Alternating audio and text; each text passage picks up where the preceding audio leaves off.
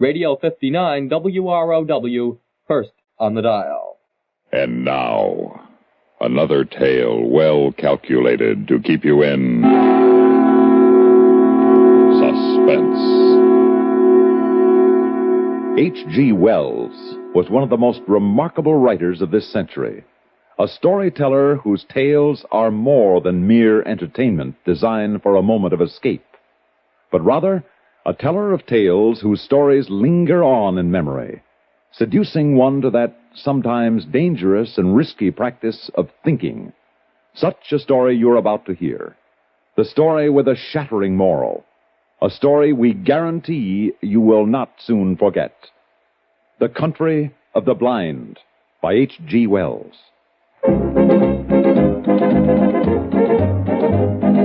Winston tastes good like a cigarette should. Winston tastes good like a cigarette should. Winston gives you real flavorful, rich tobacco flavor. Winston's easy drawing too. The flavor comes right through to you. Winston tastes good like a cigarette should. A modern filter? Sure, Winston has it. But that's only the beginning of a Winston. Up front, up where it really counts, Winston packs exclusive filter blend. Light, flavorful tobaccos, specially selected and specially processed for filter smoking. Filter blend. That's why it's fun to smoke Winston, America's best-selling filter cigarette. Winston tastes good like a cigarette should.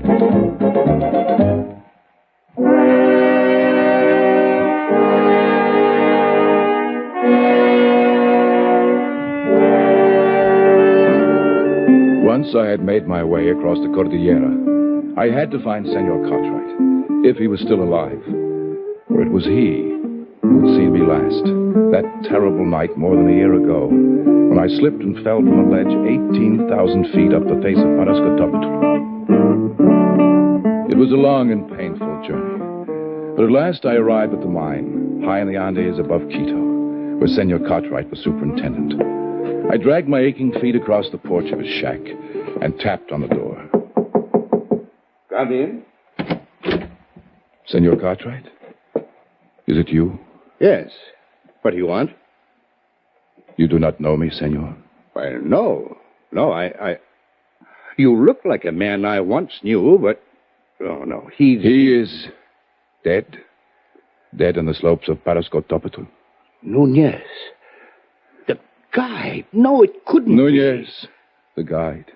Si, senor. That is what I was called. But you fell. I saw you fall. Yes. But it's unbelievable. Perhaps the gods of the mountains had some reason to spare me. Yes. If we had had any idea, we would I know. I do not blame you. You could not have reached me. And if you had, I should not have welcomed you. Not at first.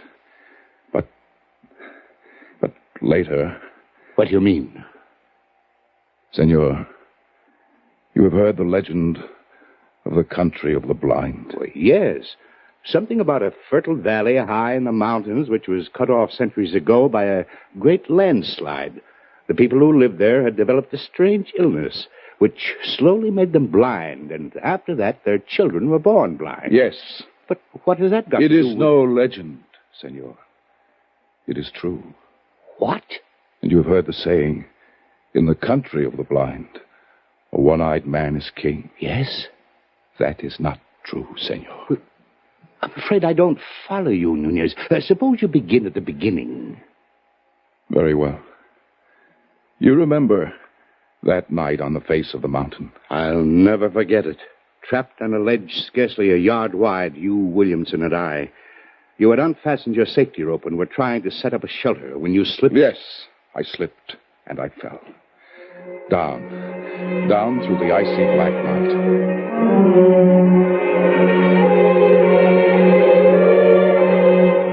I fell perhaps 1,000 feet before I felt the heavy, stinging impact of snow. I had fallen onto an almost perpendicular slope, and then I was sliding, tumbling over and over, and under me, around me, an immense avalanche of snow was rumbling, sliding with me. I fell with the snow for what seemed minutes, every second expecting the terrible final impact. Slowly, the avalanche subsided, flowing out upon a gentler slope. And finally, mercifully, I lost consciousness. When I awoke, it was morning. My clothes were torn. I was bruised and bleeding. I ached in every muscle, but I had not one single broken bone. I lay there and offered up a prayer of thanksgiving to the gods of the mountain.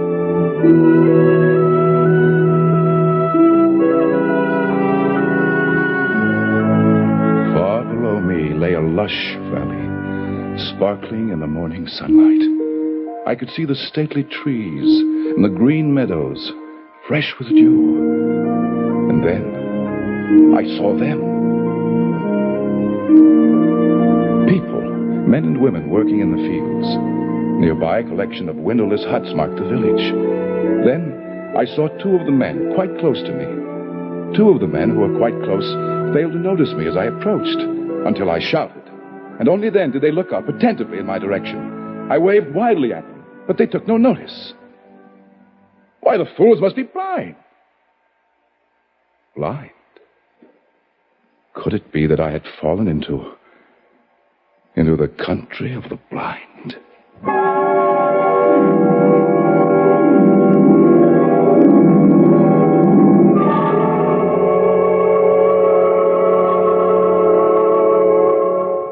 In just a moment, we will return for the second act of Suspense.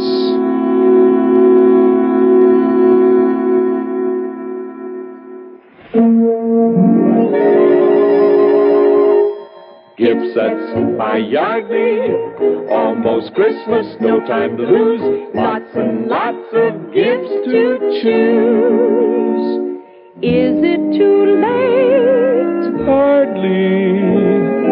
Give him, Give her a gift set by Yardley. For her, there's a beautiful array of all-new Yardley gifts from $1.50 to $13.50. For instance, there's the Yardley soap chest with 2 cakes each of delicate English lavender, romantic crushed carnation, and glamorous red roses. Its price, $3.50. Or there's a red roses cologne and dusting powder set, only $4. All prices plus tax. Yardley at all fine stores. give him, Give her a gift set by Yardley.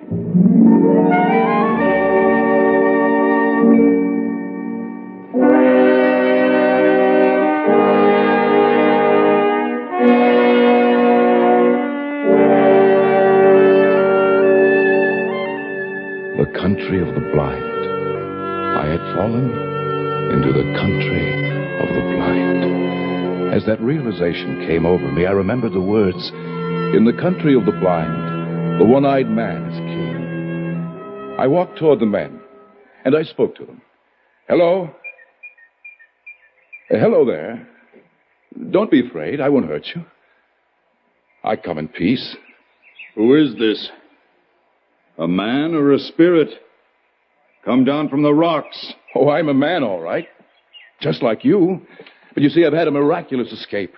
And now I find myself here in your valley. Valley? What is valley? Come hither. Let me feel of you. Why, certainly. Here, my arm. My face. You see? I am indeed a man, just like yourself. My lips move with speech. Oh, careful there. Gently on the eyes. Eyes? What are eyes? This is strange. Feel this, Correa. Yes. He is but imperfectly formed. Some strange bulge there. Unseemly. No. Your eyes are shrunken in, but mine are whole. I can see. See? Pedro, he is a strange wild one. I wonder where he came from. Down out of the rock, no doubt. No, from over the mountains. Out of the country beyond there, where men can see. From Bogota, where there are 100,000 people. And the city stretches out of sight. Sight? What strange words he uses, without meaning. And feel the coarseness of his hair, like a llama's. Yeah. And you have come into the world. No, out of the world. Huh? The big world, beyond the mountains. The world that stretches 12 days' journey to the sea. Our fathers have told us men may be made by forces of nature. It is the warmth of things and moisture and rottenness. We must lead him to the elders. But there's no need to lead me. I can see. See? Well, yes, of course. Oh, I didn't see your water bucket. His mind is still imperfect. He stumbles and talks meaningless words. Lead him by the hand. But look, really, well, all right. These people had been blind for centuries. They had forgotten even the words associated with seeing. They did not know what sight was, and they thought me an idiot, only half-formed. Especially when they led me into the pitch blackness of one of their windowless huts, and I stumbled over someone. Ow! 1,000 pardons, Medina Sorote. He is a clumsy one. Oh, I'm sorry. I fell down. I just couldn't see in the darkness. Who is this? What is he saying? He is but newly formed. He has come down from the rocks. He stumbles as he walks, and mingles words that mean nothing with his speech. He is a wild man out of the rocks. No. I come from Bogota. Over the mountains. You hear? Bogota. He uses wild words. His mind is hardly formed. He has only the beginnings of speech. Bogota? Yes. I come from the great world, where men have eyes and see. That must be his name. Bogota. He stumbled twice as we came thither. He must be taught. No, don't you understand? I can see, but not in the dark. To you, darkness or light, it is all the same. But to me, to us who can see, to us outside in the world beyond the mountains... Mountains? What are mountains? Oh, very well, then, beyond the rocks. There is nothing beyond the rocks. That is the end of the world. But surely you must realize that the sky above covers more than this valley. Sky? Above? There is nothing above but the roof of rock. It is very raw, my children. You shall have to be taught from the beginnings. Take him away. Feed him. It shall be done. But guide him. See that he does not stumble over my daughter again. I shall guide him myself, Father, and feed him. Very well. Come, take my hand. Thank you. It will be a pleasure to get outside again. Out of this darkness. Come, this way. What is your name? Medina Sarote. Mine is Juan. Juan Nunez. Oh. Sunlight. Oh, this is better. And now I may look at you. Senorita, you are beautiful. And I have not the words to tell you what a wonderful thing you are to see.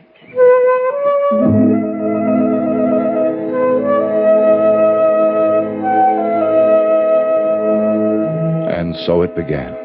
I, the village idiot, the slave boy, I with my eyes still whole, I fell in love with Medina Sarote, the daughter of the elder of the village. And only to her could I open my heart. Only to her could I speak of the beauty I could see around me. Oh, it is such a beautiful valley. It's green with grass and yellow with sunlight and flowers, bright flowers, dotting the hills.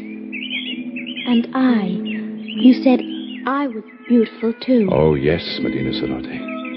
You are most beautiful. It means something nice? Something very nice. Medina Sarote, why is it you have no husband? I have a disfigurement.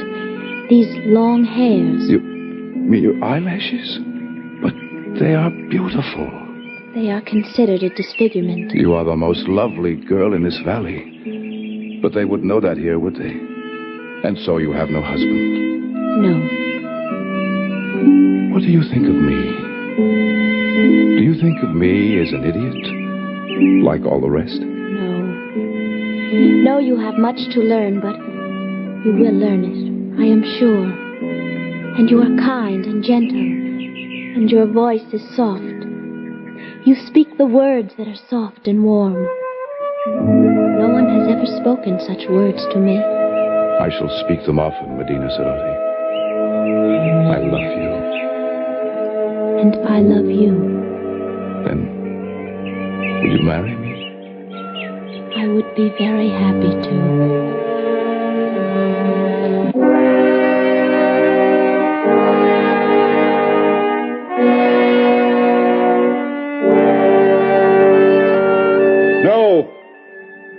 No! I will not have it. But, Father... He is an idiot. He has delusions. He cannot do anything right. But he is getting better. He is better than he was. And he is strong and kind. Stronger and kinder than anyone in the world. And he loves me. And I love him. No. I will not have it. Great sire, if you please. See. What is it, good doctor? I have examined Bogota, and the case is clear to me. I think very probably he might be cured. And how might that be done? His brain is affected by something, and I believe I know what it is. Those queer things he calls eyes. Where we have but an agreeable depression, he has great lumps. Consequently, his brain is in a constant state of irritation. But what can be done to cure him? Oh, it is a very simple surgical operation. Remove the cause of the irritation. We will merely cut out those things he calls eyes.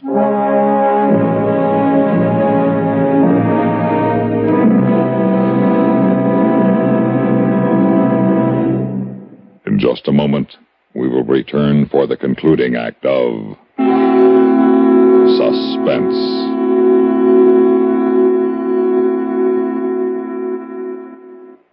Welcome, recording star Mel Torme. It's terrible trying to sing with a bad cold. So I always take 4-way cold tablets to relieve cold miseries fast. Good idea. Tests of all the leading cold tablets proved 4-way fastest acting. 4-way starts in minutes to relieve muscular pains, headache, reduce fever, calm upset stomach, also overcomes irregularity. When you catch cold, try my way. Take 4-way cold tablets. The fast way to relieve cold distress and feel better quickly. 4-way, only 29 cents. Our program will continue in a moment after a word about another fine product of Grove Laboratories. Does dandruff dull your hair, leave scalp itchy? Get Fitch Dandruff Remover Shampoo and get rid of unsightly dandruff in 3 minutes. 3 minutes with Fitch regularly is guaranteed to keep embarrassing dandruff away forever. Apply Fitch before wetting hair. Rub in 1 minute. Add water, lather 1 minute. Rinse 1 minute. Every trace of dandruff goes down the drain. 3 minutes with Fitch, unsightly dandruff's gone. Fitch can also leave your hair up to 35% brighter. Fitch Dandruff Remover Shampoo.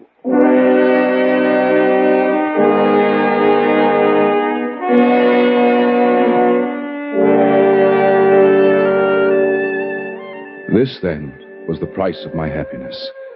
To marry Medina Sarote, I must give up my eyes and never see her again. This lovely, lovely girl who always looked as though she were asleep. It was a price beyond my ability to pay. But they say it will make you well, my beloved. You don't understand, Medina Sarote. My world is sight. You would not want me to lose my most precious possession. I do not know. There are so many beautiful things to see in the world. The flowers, the far sky with its drifting clouds, the sunset, the stars, and you. Just to see you, it is good to have sight. And I would never see you again. I wish sometimes you would not talk like that. Like what? I know it's pretty. It's your imagination. I love it, but now Now? You want me to? Medina Sarote, if I were to consent to this... Well, if you would. If only you would. What else can I do? will never regret it, my dearest one. My dearest with the tender voice. Oh, Medina. Be brave, and carry my voice in your heart. Now I must go. And tomorrow? Yes? Tomorrow will be forever. Goodbye. Goodbye, Medina. I only meant to go up on the rocks and look out over the valley, to spend my last day of sight feasting my eyes on the wonderful, beautiful world of light and color.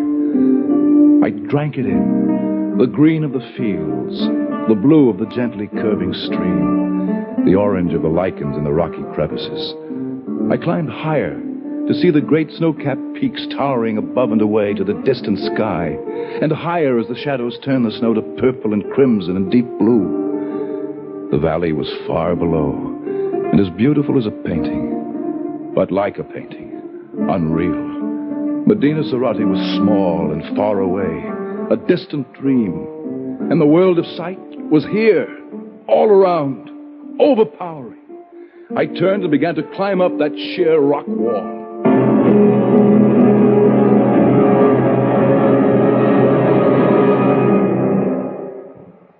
How many months it took me to make my way out over those mountains, over glaciers and snowfields and sheer precipices, I cannot guess. How I lived through the cold and the hunger of it, I cannot tell you. But I am here at last, back from the country of the blind. Good heavens, man. What a terrible experience. Yes, terrible and wonderful. But you aren't sorry you came back? Sorry? I see her face clearly now.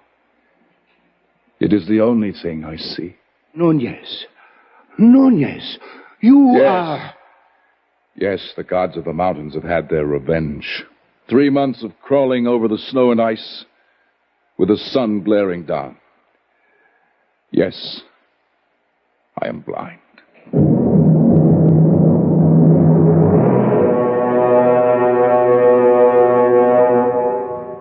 Suspense.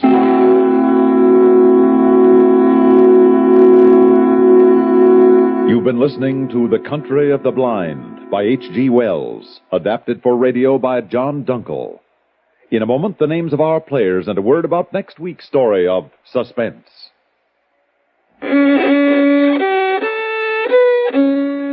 Are you all out of tune because you're irregular? Then help yourself get back in tune with Kellogg's All Brand. You'll feel right on pitch when Kellogg's All Brand goes gently to work. Relieves constipation due to lack of bulk by supplying your system with bulk-forming whole bran. Yes, a daily bowlful of Kellogg's All Brand with milk helps put you right back in tune. The natural way. The good-tasting way, too. Fact is, Kellogg's All Bran is the one brand cereal that combines proved effectiveness with appetizing taste and crispness. It never gets mushy in milk. So remember, if constipation's a problem, gentle it away, as millions do, with Kellogg's All Bran.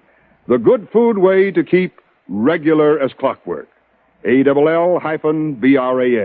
Kellogg's All Bran. At your grocer's. Heard in tonight's story were Bernard Grant as Nunez and Lynn Loring as Medina. Others in the cast included Arthur Cole, Ralph Camargo, Santos Ortega, and Jackson Beck. Listen again next week when we return with A Korean Christmas Carol by George Bamber. Another tale well calculated to keep you in Suspense. On CBS Radio. You've been listening to the OTR Gold Network. Find more classic radio at otrgold.com.